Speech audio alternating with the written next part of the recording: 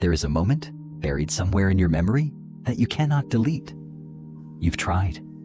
Late at night, it surfaces anyway. A joke that fell flat, a name you forgot, a moment you tripped, spoke too loud, or laughed at the wrong time, and something inside you collapsed. Here's the disturbing part. That moment happened years ago, maybe decades. The people who witnessed it have forgotten it completely, but you haven't. Your brain has kept it alive, replaying it, punishing you for it, long after the world moved on. And the question nobody asks is this: why would evolution build a mind that tortures itself over something so small? The answer is stranger and darker than you think. Embarrassment feels personal, private, like a flaw unique to you. It isn't. Every human being who has ever lived has felt this exact sensation. The heat rising in the face, the collapse of composure, the desperate wish to disappear. It shows up in every culture, every language, every era of recorded history. That's the first clue that something bigger is happening here. Because biology doesn't waste energy on accidents. If a reaction is universal, automatic, and physically visible, it was built for a reason. So what is embarrassment actually for? Scientists started asking that question seriously in the 1990s, and what they found didn't just explain a feeling. It exposed something about the architecture of the human mind that most people never want to look at directly. Here's where it gets strange.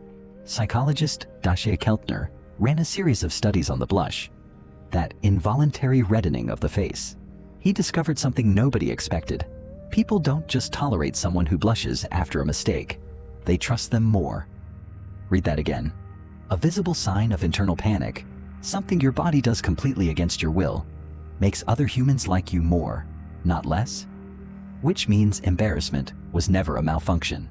It was a signal, a broadcast, a message sent directly from your nervous system to everyone watching, without your permission, saying, "I know I broke the rule. I still care about you.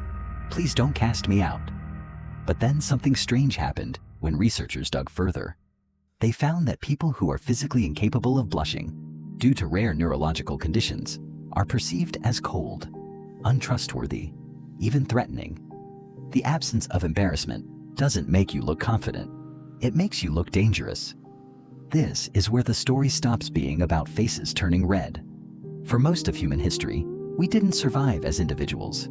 We survived as tribes. A single person, alone, outside the group, in the wilderness, was as good as dead. No claws, no fangs, no fur against the cold, just each other. Which means the single greatest threat a human being could face wasn't a predator.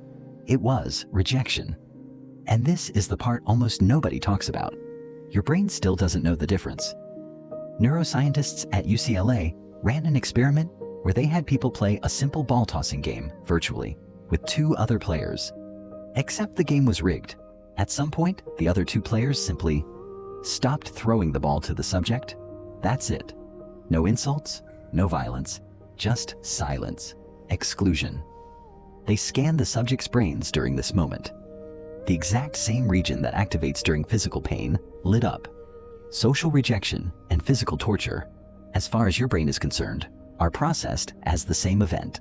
So now look back at that memory, the one you can't delete. It wasn't just an awkward moment. Your ancient, primal brain interpreted it as a near-death experience, a warning shot, a moment where the tribe's judgment turned toward you, and some ancestral alarm system screamed, "You are about to be cast out. You're about to die alone." That's why the memory doesn't fade like ordinary memories do. Your brain doesn't file embarrassment away as trivia. It files it as emergency data, the kind of information a species needs to survive, which means the replaying, the cringing, the 3 a.m. resurfacing of some tiny social failure from 2011 isn't a glitch. It's your nervous system trying to protect you from a threat that no longer exists. But here's the twist that changes everything. We don't live in tribes of 30 anymore. We live, most of us, in cities of millions, surrounded by strangers who will forget us within seconds. And yet, the ancient alarm system hasn't updated. It still treats every small failure, every public stumble, as a matter of tribal life and death. This is why a single awkward comment on a video call can wreck your entire afternoon. Why one bad photo can trigger a spiral of shame that lasts for days.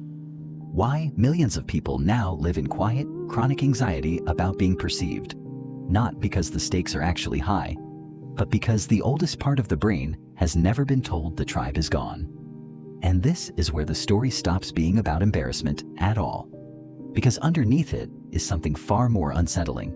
It's not really about the moment you tripped, or the joke that failed, or the name you forgot. It's about the fact that some ancient part of you is still terrified of being alone, still convinced that one mistake could get you exiled, still keeping score, decades later, of every time the tribe's eyes turned toward you and you felt yourself become too visible. Embarrassment isn't proof that something is wrong with you. It's proof that you are, underneath everything, a social animal, wired for connection so deeply that even the possibility of losing it feels like death.